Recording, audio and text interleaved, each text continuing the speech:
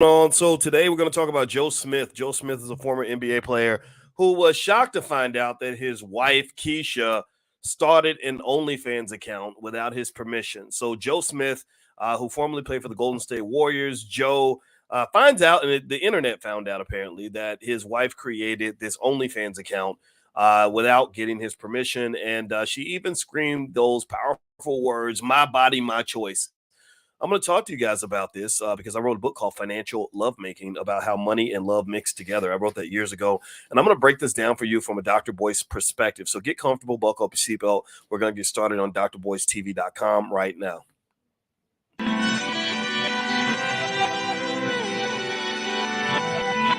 Here we are, clan the isms, cataclysm, great. Our people out here struggling, trying to make it in this state. Everybody out here doing it, but we the ones too late. Now family, we the ones who gotta delegate.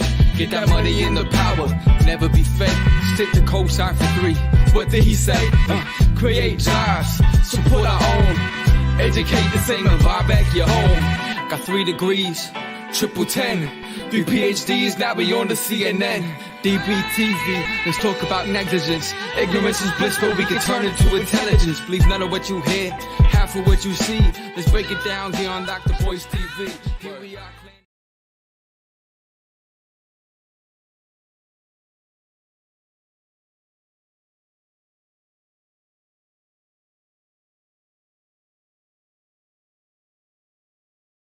That I hit the wrong button. My apologies. Welcome to drboycetv.com, the home for intelligent Black people. My name is Dr. Boyce Watkins, and give me a guess if you can hear me okay. Let me know if you can hear me okay. Today we're going to talk about this interesting topic that I saw online that I thought was worth discussing because it relates to money and relationships. And this has to do with former NBA player Joe Smith. Joe Smith was a great player. I believe he played for Maryland. And it turns out his wife, when they had some financial problems, she decided that she wanted to create an OnlyFans account. And not only did she create the OnlyFans account, but she didn't tell her husband about it. Now, is this real or is this some sort of internet skit? I have no idea. But you can certainly imagine how upset a man would be to find out after the fact that his wife has been running an OnlyFans account, and that's how she's been paying the bills. And so, I thought it would be an interesting topic to discuss because I love to talk about things that have to do with love and money. My PhD is in finance. My wife is a relationship therapist. She's actually seeing clients right now as we speak. And money comes up all the time in relationships. Money always pops up as a variable in love relationships. And I encourage you to really think deeply about how money can sort of impact the way you financially entangle and emotionally entangle with other people. A lot of people don't think about that. And then next thing you know, your wife has an OnlyFans and you didn't know about it. And then she says it's your fault because you didn't bring in enough bread. Anyway, so do me a favor. Please hit the thumbs up button, thumbs up, share, subscribe. And you say Joe Smith ain't no NBA star. Joe Smith was an NBA star. You don't know basketball, man. If you knew basketball, man, you would know Joe Smith was a badass. He was an absolutely great player. Now, was he as good as Steph Curry? No, he was not. But Joe Smith was good. Golden State fans will tell you Joe Smith was a great contributor to that team back in the day. And I stand by it. I will debate anybody on this topic all day long. All right, so do me a favor. Let me know if you can hear me. Can you guys hear me okay? Give me a quick yes if you can hear me. Also, what's up on TikTok? What's up on Instagram? My Instagram is Dr. Boyce Finance. And also I have a Telegram, drboycetelegram.com if you want to follow me on Telegram. So here I'm going to give you the situation. And then what I'm going to do is give you kind of a Dr. Boyce breakdown on this. I'm speaking as a Black man and as a person who has studied finance. My PhD is real. You can look it up on the internet. And I have spent a lot of time thinking about financial psychology. There's a lot of research actually that connects to topics like this. Believe it or not, you'd be stunned how money and love have been studied extensively. Also, you'd be surprised at how money affects the brain.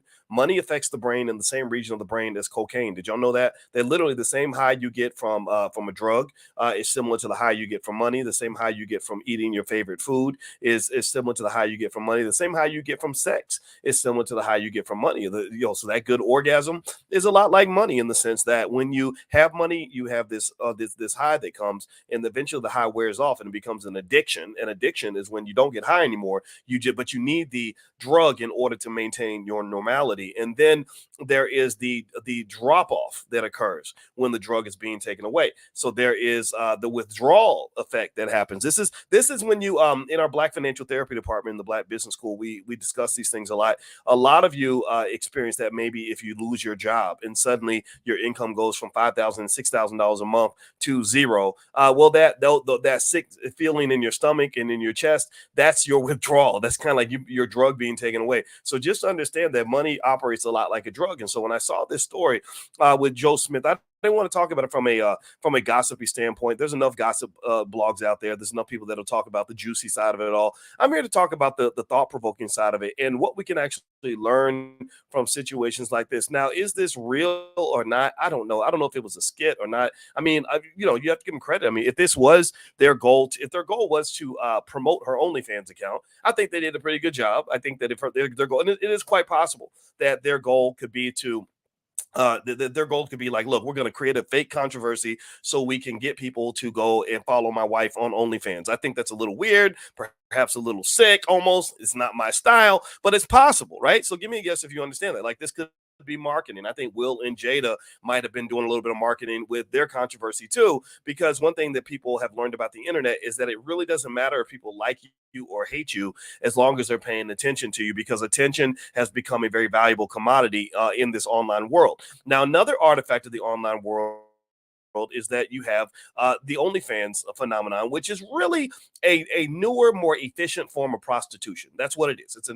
It's a more efficient form. It's safer. It's more lucrative because you have the power of digital distribution, right? So instead of you serving one man at a time, you can serve 100,000 men, and you never have to be around them. They don't touch you. You don't touch them. It's pretty safe, and you're just kind of playing with their heads, and they're all paying you $20, $10 a month. Next thing you know, you got your own version of Netflix, like Coochie Flix, right? So you basically are making your money on a broad scale because you've been able to use technology to create a safe and efficient way to basically kind of do what hookers have always done. No disrespect if you're a hooker. I mean, but that's what it is, right? You're giving people getting their thrills by looking at you do all kinds of stuff in your bedroom. I'm not here to judge. That's what it is. That's life. And I can't even talk because I don't know. I mean, I know a lot of guys, when we were in college and we didn't have no money, if somebody told me I could just get on the internet and show my good stuff for a couple, make it $20,000 a month, $100,000 a month, that sounded a whole lot more.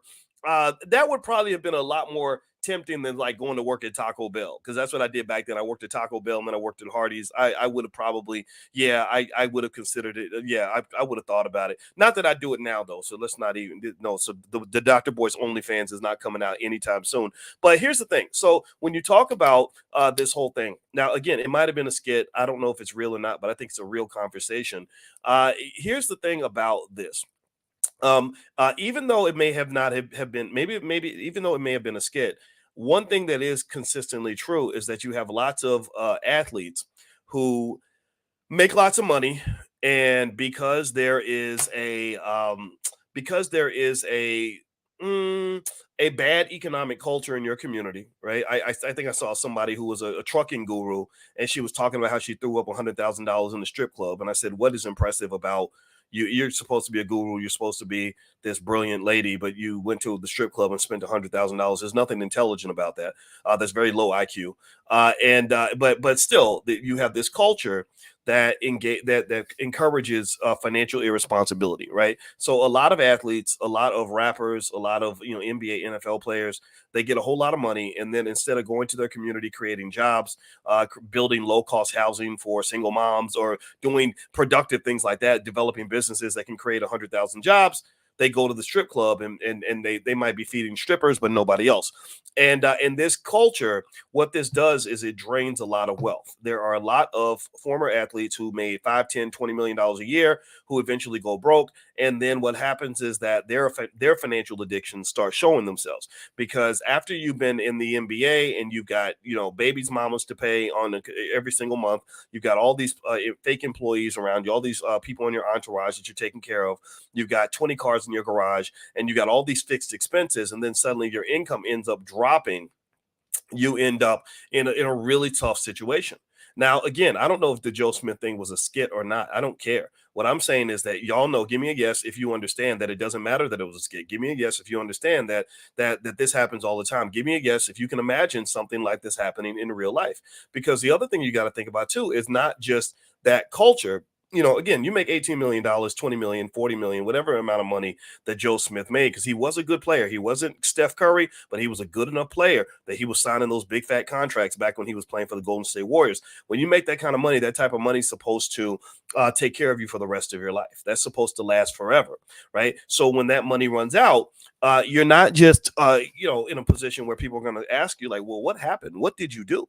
But also you're in a position where you're very vulnerable, because understand that when you are the man and you're making all this money, you're attracting lots of people who want to be around you because of how much money you have, right? You're attracting lots of women who wouldn't even deal with your broke ass back when you was living in the projects with your mama, right? You're dealing with a lot of people, little white people and women and etc., who wouldn't have nothing to do with you if it wasn't for that bread in your bank account, right? So all these people are around you because you have money. And so suddenly you transform on them. Suddenly you go from being the guy who has everything to the guy who has nothing. Well, unfortunately, that's going to create a lot of cold, harsh realities. In many cases, you become like Cinderella and you turn into a pumpkin at midnight, and don't nobody want to hang around you when you become a pumpkin. Not the people that loved you before, when they loved you for the money. Now, here's the thing. I'm going to talk about this because in a way where it's going to be, I guarantee it'll be different from any other space online. I think everybody wants to talk about the drama of it, or, oh man, his wife be disrespecting him. That ain't right. That's disrespectful. Or it's her right. It's her body, her choice. And we don't, whatever. I don't want to get into all that. You can get into the politics on your own and the gossip on your own. What I want to get into is the economics of it all and the financial psychology of it all. Okay. So I'm going to pull a couple points. My book is called Financial Lovemaking. I wrote a whole book about topics similar to this. So feel free to go take a look. You can go to drboycebooks.com, or you can find the book on Amazon. It's out there. I wrote it when I was on the faculty at Syracuse University. So here's the first thing I want you to understand. Women, I learned from my research that women on average tend to be attracted to money the same way men are attracted to long hair and big booties. The same way you like a girl with long legs or nice boobs or whatever. A lot of women, not all women, but a lot of women are really intrigued by the idea of financial security. Even if they're not gold diggers, that doesn't make them gold diggers, right? Gold diggers are in a different category. Gold diggers are they're financially traumatized at a specific level that leads them to become fixated on money. So it's almost like the difference between a man with a healthy libido versus a man who's just a flat out pervert. Right? Those are two different types of men. All men all men are attracted to a woman's sexuality. Most men are anyway. But there's a difference between the guy who who hopes that he's going to get some versus the guy who's only with you because he wants to get some. Give me a yes if you understand that difference and that nuance. Okay. And so my wife, who happens to be a relationship therapist, she's the head of our Black Financial Therapy department in the Black Business School. We created the first ever Black Financial Therapy department because there was none. And we realized that there are tremendous psychological barriers to building Black wealth. Those psychological barriers don't just affect Black wealth. It also affects Black families. It affects Black relationships. It affects the Black community in ways that people don't talk about. We need to talk about this more. So here's the deal. When you're talking about your financial wherewithal, right, and a man suddenly going from being a regular guy to having millions of dollars in the bank, it is going to change how people look at you. That's not going to change. This idea that a woman is going to simply want to be with you, that a woman who marries you as a millionaire is going to love you just as much if you are broke or in jail or whatever, that's nonsense. Like that 50 Cent song. Remember that 50 Cent song, 20 Questions, where he's like, would you love me if I was facing 25 years? Would you love me if I was riding the bus instead of a Bentley, and all this other stuff? And I thought that was an unfair song because that would be like her saying, well, would you love me if I gained 400 pounds? Would you still love me if I burned my whole face off and became the ugliest woman in the room? Right. And a lot of men wouldn't stay in that relationship. And that's just the honest to God truth. So the same way that you wouldn't love her if suddenly her big booty turned into a penis or whatever it is, right? She's not going to love you if suddenly you go from being a guy that can provide financial security to a guy who provides tremendous financial insecurity. So I would say this to any man out here who's looking to attract the right kind of woman and maintain stability in that relationship. You got to be financially responsible. You have to be financially responsible. You have to be financially responsible. It doesn't mean you don't make mistakes. We all make mistakes. Everybody, I've made mistakes. We all make mistakes, but you have to have something in you in terms of how you show up every day that shows that you are trying to make sure that the family is good. And because, depending on the person, it's really going to change the dynamic of that situation. Their ability to look to you as a leader of that household is going to be heavily dependent upon whether or not you've proven yourself to be a reliable head of household. Do you follow what I'm saying? Do you guys get what I'm saying? That literally, if you can't be consistent in some way. It doesn't mean you have to be rich. I'm not talking about being rich. I'm not talking about being a baller or a rapper or an athlete. I'm talking about just the guy who's getting up and working hard every day, the guy who's not tricking away his money, the guy who's not sitting around with, not working on anything, not building anything, not doesn't have a plan, isn't bringing home the bacon on some level. You're gonna you're gonna lose respect from not just from your wife, but also from your kids, from anybody that's dependent on you. So so that's one just clear point that I think guys just have to understand. That it doesn't mean you have to be rich, but it does mean you have to be responsible. So when you see black men being told by music, pay attention now. I thank God for D1 and other artists that are now calling this nonsense out. When you have a whole music industry run by people who are not even black, who are telling young black men to take all their money and throw it away at the club or spend it on European cars or blow it on any big booty hole they meet they meet in the street, then that's really destroying the fabric and the foundation of the black family, because part of that fabric is driven by their ability to depend on the head of the household to be able to hold it down.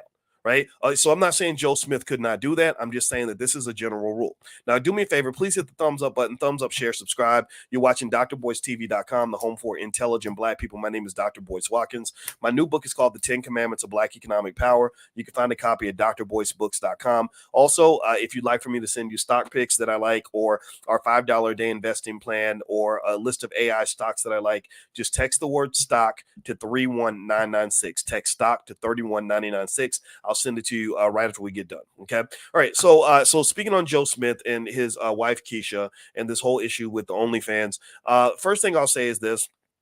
She said something that was really interesting in that video. She said, "You knew who I was when you met me."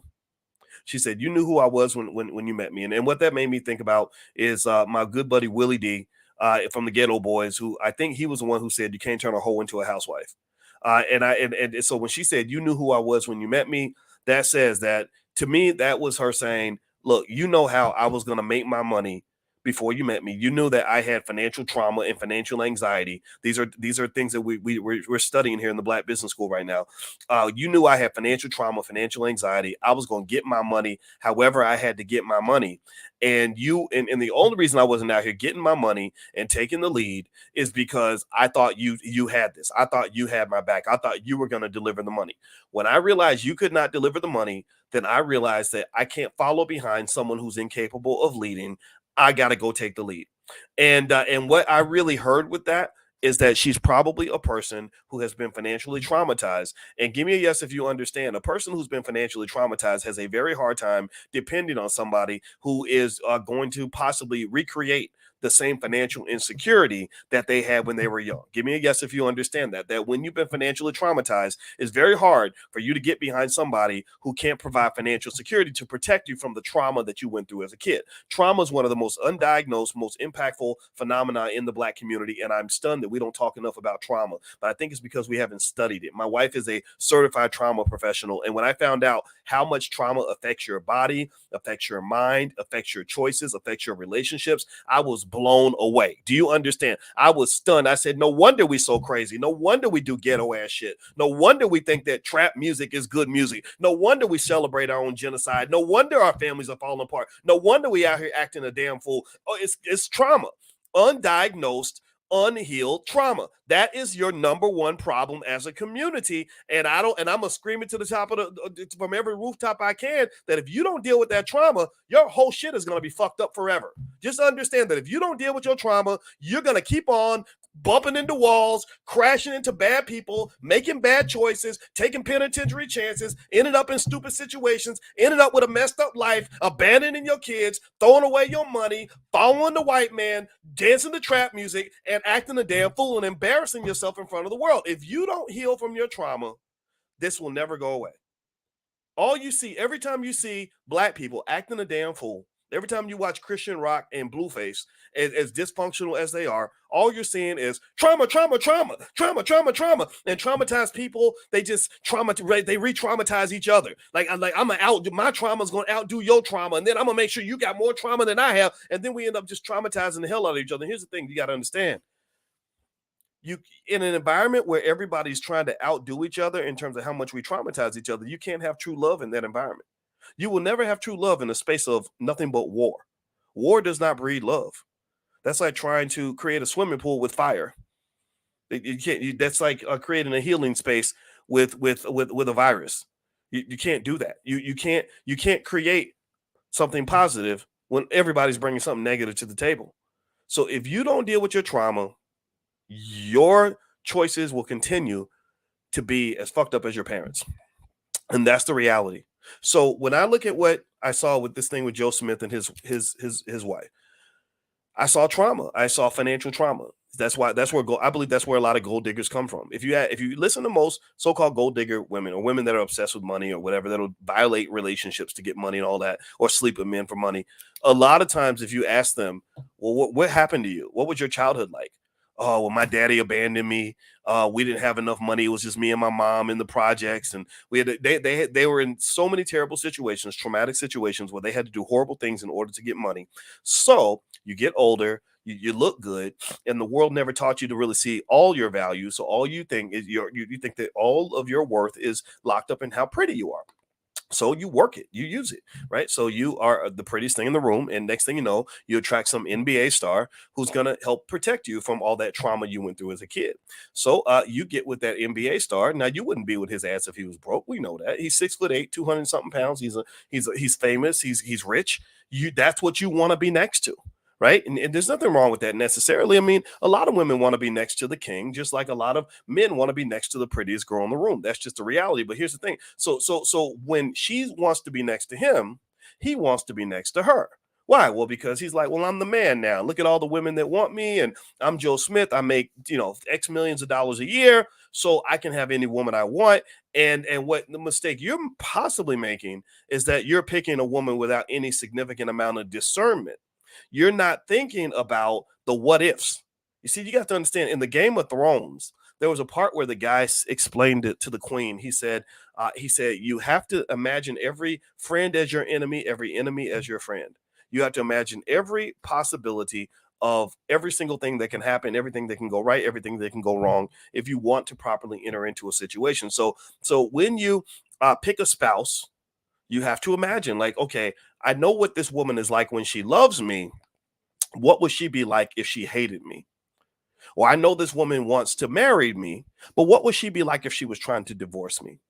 I know she loves me because, now that I'm rich and famous, but how would she deal with me if I wasn't rich and wasn't famous? And that's a tough equation. That requires a lot of thought. Most people don't think that way. I'm a professor, so I probably think deeper than most people. I'm not ashamed of that. I'm very proud of that. But I can just tell you that when I pick my wife, understand, I'm not Joe Smith. I'm not tall like him. I'm not as handsome as him, and I don't have as much money as him. But I did have some money, and I did have some recognition. And when you have even a little bit of money, all you got to do is make six figures, really. If you make six figures, and I was making seven figures at the time, you're going to attract a lot of women.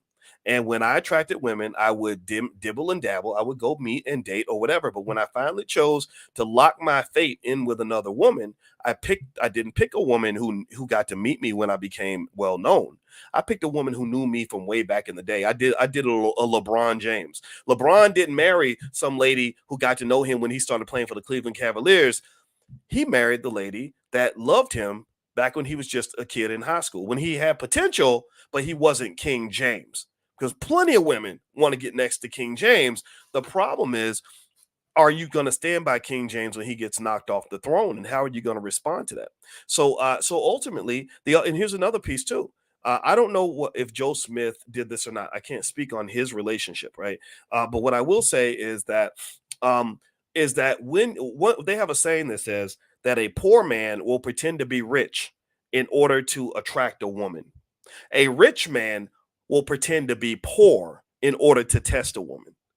And I think that that's a very important point, that when you have money, you've got to test people a little bit. You've got to find out, like, okay, what's going to happen if this money all goes away? And one of the downsides of being wealthy and successful and powerful is that you get to a point where you understand, or you should understand, that a lot of people are only around you because they can get something from you. And you have to distinguish between the people that will be around you no matter what, and the people that are going to fall off if the money falls off. Right. And it's okay. It's not a bad thing. It's life. I employ people. I pay bills for dozens. There's dozens of people I pay bills for in my life.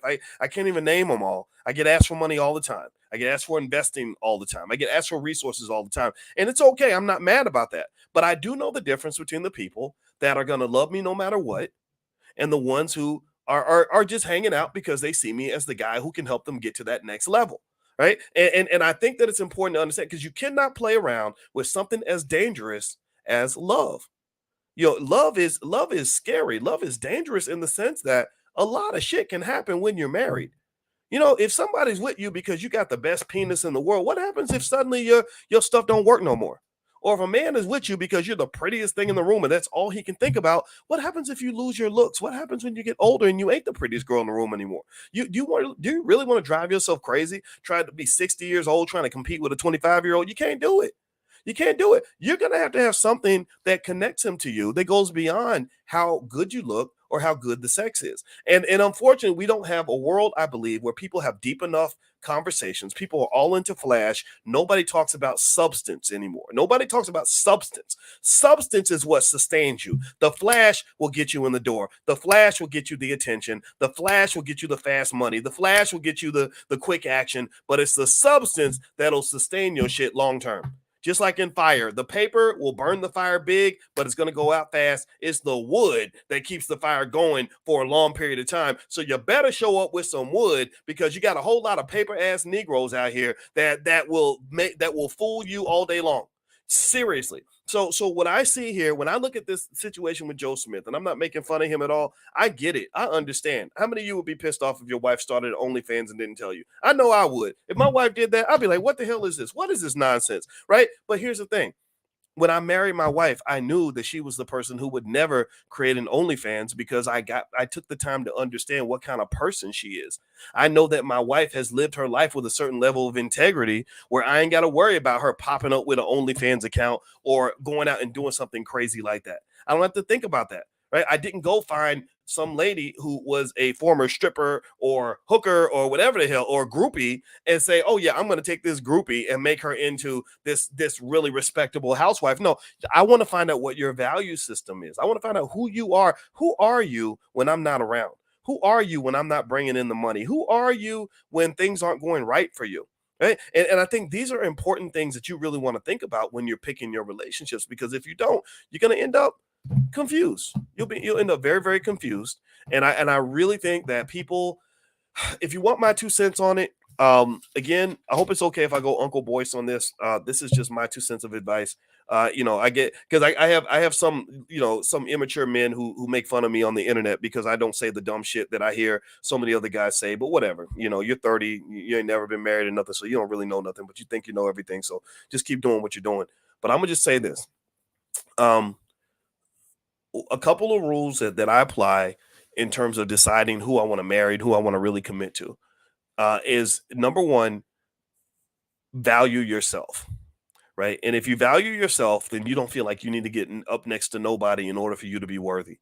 I did not see choosing my wife as something that made me into some sort of man that I could not be on my own. I was already an admirable man before I got with her. And I value myself enough that I didn't really just judge her based on how much I liked her. I evaluated her based on how much she liked me. Right. I would never, there are people out there who get into these relationships based on who they want to be with. And they don't spend 1 second thinking, well, how much does this person really want to be with me? How much does this person really admire me? How much does this person really want to, be in my life? How much are they willing to sacrifice to be with me? And I think that if we picked mates that way, there will be a lot less disappointment, because a person who really admires you is not gonna fuck you over, embarrass you, dump you or treat you like shit. They're just not. If a person's really honored to be with you, then that person is going to treat you with the utmost respect. And I think that speaks to this idea that it's I think it's silly to get with somebody where you're kind of barely hanging on by a thread, or where you're chasing, so when I think about Joe Smith, again, I don't know anything about his wife, I don't know anything about him, but I'm really wondering if he truly believes to the core of his soul that he could have gotten that same woman if he didn't have all that money. Do you understand? And because here's the thing: if you suddenly say, "Well, look, I have money now, I can get this type of girl that I couldn't have got when I didn't have any money," well, that means you're not asking yourself that basic question, which is that did I am I what happens if I lose the money? What happens if I don't have money anymore? Well, that woman's going to be gone. That woman's going to walk away. And I think the same thing is true with women. I see women all the time. They will disrespect the man who admires them to chase after the man who does not even like you that much, or who will barely give you the time of day. And what happens is that creates a very thin margin of error for you. That means that if anything goes wrong, or you do something wrong, or you get on their nerves a little too much, or for men, if you can't show up with the same amount of money you had when you were playing for the Golden State Warriors, she's out of there. Or she's either gonna be out of there, or she's gonna start changing her behavior significantly. And so I would just say to you that people who don't get that, I feel bad for them. And I think, and I understand why people make those bad choices, because there's no good examples out there. There's not a lot of education on what it takes to build a good family. There's not a lot of training for black people on what it means to pick a good wife. That's why you got so many men out here bitching about women all the time, because they've never learned what a quality woman looks like. That's why you got women who are angry at men. Well, because for a lot of them, their daddies were not even sturdy, reliable men. So they have a big issue with men, because every man they meet takes them back to the trauma they experienced with their daddy. There's that word trauma again. Trauma is undiagnosed. Trauma is undiscussed. Trauma is not a factor in our conversations on a regular basis. And as a result, it just keeps popping itself up over and over and over again. And we keep making the same mistakes repeatedly. So in general, I will say this, to summarize with this whole thing with Joe Smith and his wife and the OnlyFans thing. I don't think the OnlyFans thing is ever going to go away. I think it creates a whole new dynamic in terms of us understanding, how we navigate the world. Would I marry a woman who had an OnlyFans account? Probably not, mainly because I kind of see like your good stuff. It's kind of sacred, right? That's one of the benefits of being married to you. So the idea of you feeling like you can get the reliability that out of me that a husband would provide, but yet you're giving me something that is basically a $10 commodity to everybody else, that's not going to entice me enough to want to marry you. But however, I can also say though that there are some people who just don't care. And there's some people who will say, yeah, we're connected on other levels, right? And this is another thing too. I think that when you focus too much on just the sexual and physical side of a relationship, I think you're missing 70-80% of what a relationship is all about. It's and I notice that a lot when I see women competing based on sex, like they're trying to give a man the best sex in the world, and they think that that's what's going to make him remember you. That's hard to do. In economics, we call that a commodity. When you compete based on something that's been commodified, where meaning that you can find it anywhere, it's available everywhere, it's much, much harder to compete. It becomes a race to the bottom. Like literally all you're doing is you keep lowering your price in order to compete with somebody else who lowered their price. And then before you know it, everything's being given away for free. And that's why, having sex with a woman doesn't have a lot of value for some men, because the hoes just flooded the market. They flooded the market. They just said, okay, I'm gonna keep offering my stuff at a cheaper level than the other lady. And then next thing you know, everybody's competing on this commodity that's readily available. But smart people, what they do in economics is you say, I don't want to be a commodity anymore. I want to be unique. So I'm going to take what I offer and I'm going to move it over into this other space where I have less competition. Or in another term in economics they use is you go from a red ocean to a blue ocean. A red ocean is where there's so many sharks that are already eating that the water's red, and you go to a blue ocean where there's not as much competition. So effectively what I have observed, and this is really for anybody that really wants to listen. You don't have to listen to me. I mean, a lot of people don't want to listen to me, and I get it. It's okay. You don't have to listen. But if you want to hear this, here's what I'll share with you. The people that I've noticed who, when you talk about a man who has a lot of options, the woman he remembers is typically remembered by him for reasons that they'll go far deeper than sex. When you have connected with him spiritually and psychologically and emotionally, that puts you in a special place where you don't have any competition. That's what a wife is. A wife is a unique person that has wired into this man in all the other ways that don't involve his penis or his stomach or whatever those other stereotypical ways are. She could still wire into that, but she's not having to compete with the hoes because she's in a different category. And that's why she gets a different kind of response from him. Like my wife, I thought my wife was beautiful. My wife is very sexy to me. Hottest thing I ever saw. But I've seen hot women before. I've attracted beautiful women before. They're kind of all over the place. Black women are gorgeous. I've seen lots of pretty black women. But when I was deciding which one do I want to make myself vulnerable to and make into my spouse, well, that was a whole different kind of competition. That was a whole different layer and level of thought that that you can't succeed in that space by just offering me the same thing that the last 10 women offered. You have to do something a little bit different, and so I would just say that's my 2 cents for any woman that really wants to be a wife, is understand that men are more complicated than our penises. I think that's something that and I think your father should have told you that. If you had a father in the house, he would have shown you that. You would see, like, I grew up watching how my father admired my mother and how my father didn't care what my mother looked like. My father he wasn't thinking about the sex all the time. My parents are in their 70s now. All the sex stuff is kind of in the past, but he's still incredibly devoted to that woman. And it ain't got nothing to do with just, like what they did in the bedroom, so I encourage everybody to kind of think about that. If you haven't, then there you go. If you don't want to hear it, that's okay too. But if it helps you, then I hope that you can apply it in a way that benefits you. All right, guys, I'm about to get out of here. My wife just came in, so we're going to go hang out a little bit. And so God bless you. Have a good night, everybody. Hit the thumbs up button, thumbs up, share, subscribe.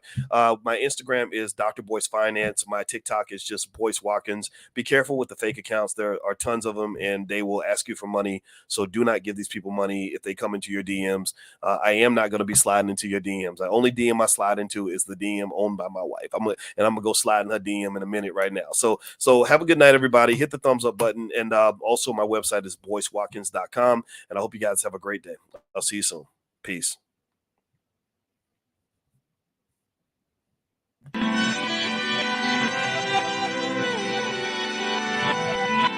Here we are, clan the isms, cataclysm, great. Our people out here struggling, trying to make it in this state. Everybody out here doing it, but we the ones who late. Now family, we the ones who gotta delegate. Get that money in the power, never be fake. Stick to cosign for 3. What did he say? Create jobs, support our own. Educate the same and buy back your home. Got 3 degrees, triple 10. 3 PhDs, now we on the CNN. DBTV, let's talk about negligence. Ignorance is bliss, but we can turn it to intelligence. Believe none of what you hear, half of what you see. Let's break it down here on Dr. Boyce TV. Here we are.